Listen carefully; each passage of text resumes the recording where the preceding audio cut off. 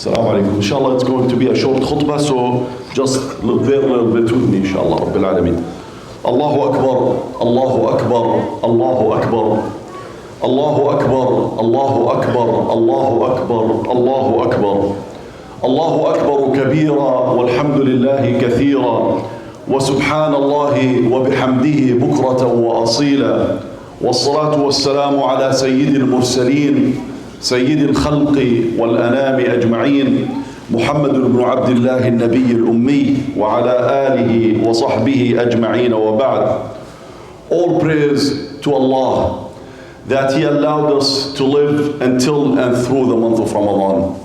All praise is to Allah that He afforded us the opportunity to stand or to fast the month of Ramadan and to stand in prayer during its nights.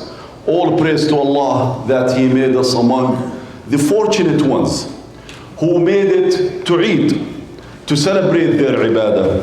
وَلِتُكْمِلُوا الْعِدَّةَ وَلِتُكَبِّرُوا اللَّهَ عَلَى مَا هَدَاكُمْ وَلَعَلَّكُمْ تَشْكُرُونَ. He wants you to complete the prescribed period and to glorify Him that He has guided you, and perchance you shall be grateful. Abu Hurairah relates that the Prophet sallallahu alayhi wa sallam said, للصائم فرحتان فرحة عند فطره وفرحة عند لقاء ربه. A fasting person has two pleasures. The first one when he breaks his fast, and the second one when he meets his Lord. The other day we were discussing this hadith and what it means that a fasting person has two pleasures, and we disagreed over the first one, the first pleasure, when the fasting person breaks his fast. Does it mean or does it denote that it is when we break our fast during the month of Ramadan when we make our iftar? Or is it when we celebrate Eid? Let me tell you that it encompasses both. It encompasses both. Because we are celebrating, as the ayah that I just recited before you tells us, that we are glorifying Allah after we have completed the prescribed period. So this is one of the joys that the Prophet ﷺ promised us. So alhamdulillah Rabbil Alameen, as I said, my dear brothers and sisters, we were among those who were fortunate to make it through the month of Ramadan. So we ask Allah Azza wa Jal to make us among those who were forgiven in the month of Ramadan. Those who were exonerated during the month of Ramadan, who were released from the hellfire. Those whose sins were erased. We ask Allah to make us among those who have completed that prescribed period and passed the test. Because it was a test. Ramadan is a station to reconnect with Allah Azza wa Jal, to re-establish our relationship with Him, to recharge, to continue on this discourse and on this path, to continue to exemplify the manners and the ethics of Islam, not only in terms of ibadah, but also in terms of the way we conduct ourselves, in the way we behave. So that's what Ramadan is about. So, and now Eid is the first test for us. Eid is the first test. We just finished Ramadan. It doesn't mean after we finish Ramadan that we go and do everything haram. It doesn't mean that we stop drinking and alcohol and we stop doing all sorts of haram and all types of what is forbidden, and then after Ramadan we resume as some people do. That's not what it means. These days are days of ibadah. The days of Eid are days of ibadah. It's a continuation. It's not only that we're being tested, but also we are now before our own selves, our own images. Do we have a solid faith, or is it only occasional? Because if it's occasional, yes, we will make it to Ramadan and we will be again occasional in terms of our worship. But how do we know that we will make it until another month of Ramadan? That doesn't work, my dear brothers and sisters. So this is the first test.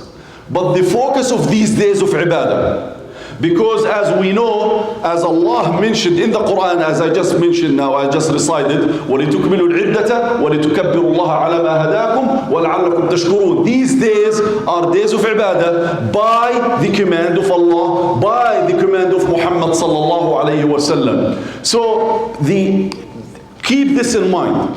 But the focus of ibadah is a little bit in injecting joy and injecting happiness. That's the addition here. Injecting joy and injecting happiness. So what I want every one of us to understand, my dear brothers and sisters, even if you're not happy, pretend to be happy.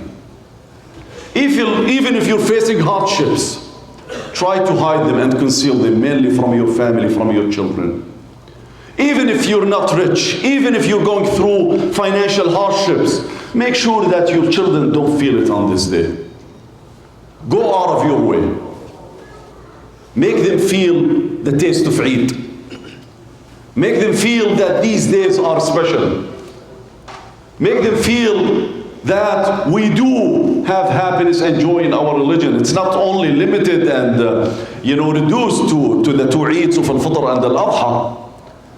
It's not only that happiness reduced to them and limited to them, but they should be more significant in these days. So make sure that you make them feel it. When the Prophet ﷺ migrated to Al-Madinah Al-Munawwara, he found its people celebrating so many festivals, and he forbidden them all. And he said Allah has replaced them with two better Eids, two better festivals. Al-Fitr, which we celebrate what? Our ibadah of Ramadan, right? وَلِتُكْمِلُوا الْعِدَّةَ, we just recited the Quran, that you complete the prescribed period. And in Eid al-Adha, what do we celebrate? Hajj, right?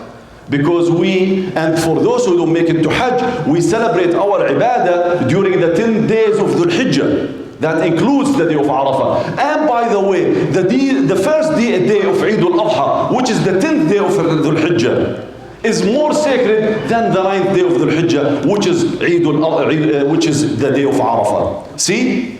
So these days are so significant, days of ibadah, but again, inject that happiness. The last thing I want to leave you with, other than bring happiness to your children, to your families, to your surroundings, inject it even if you have to pretend. The second point that I want to make, and I will conclude with this. Sometimes we do face hardships. Sometimes we do go through difficult times. It is always important that we understand that hope is built. You build it, and you can realize it. Don't give up. Don't surrender to the hardships. Don't give in. Even if you see that you're only seeing a dark picture, that you don't see a way forward, make sure you make it. Make it happen. Even if it doesn't work, Allah will judge you by your effort. وَأَن لَيْسَ لِلْإِنسَانِ إِلَّا مَا سَعَى, right? So nothing we will be rewarded for, and nothing will cause us to fail or to succeed beyond and after the blessing of Allah, except what we advance in terms of efforts. Do your part, do your best. Make this day a day of happiness, inshallah. And kul aam wa antum bi khair. Ramadan, Eid Mubarak. May Allah accept from everyone, and we ask Allah to make it a blessed day for us and for the entire Muslim Ummah and to the entire humanity, inshallah. Wassalamu alaikum wa rahmatullah.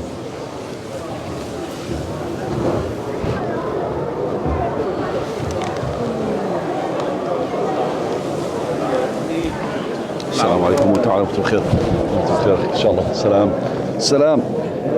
We start with the right. Today is Eid, huh? ان شاء الله. Eid Mubarak ان شاء الله. Eid Mubarak. You're okay? Okay. ان شاء الله. Eid Mubarak ان شاء الله. سلامة الله. Eid Mubarak ان شاء الله. سلامة الله. سلام على الجميع ان شاء الله وانت بخير يا اخي. الله يكرمك. الله وانت بارك خير يا اخي. بارك الله فيك. الله يكرمك يا اخي. الله يجزيك خير ان شاء الله. اهلا اهلا. كل عام وانتم بخير يا عمي. الله يبارك فيك. الله يكرمك. امين امين ان شاء الله. السلام عليكم. عيد مبارك ان شاء الله.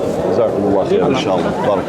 السلام عليكم. اهلا اهلا محمد، كيف حالك؟ كل عام وانتم بخير. السلام عليكم. عيد مبارك ان شاء الله. بارك الله. سلام. عيد مبارك ان شاء الله. عيد مبارك. جزاكم الله خير.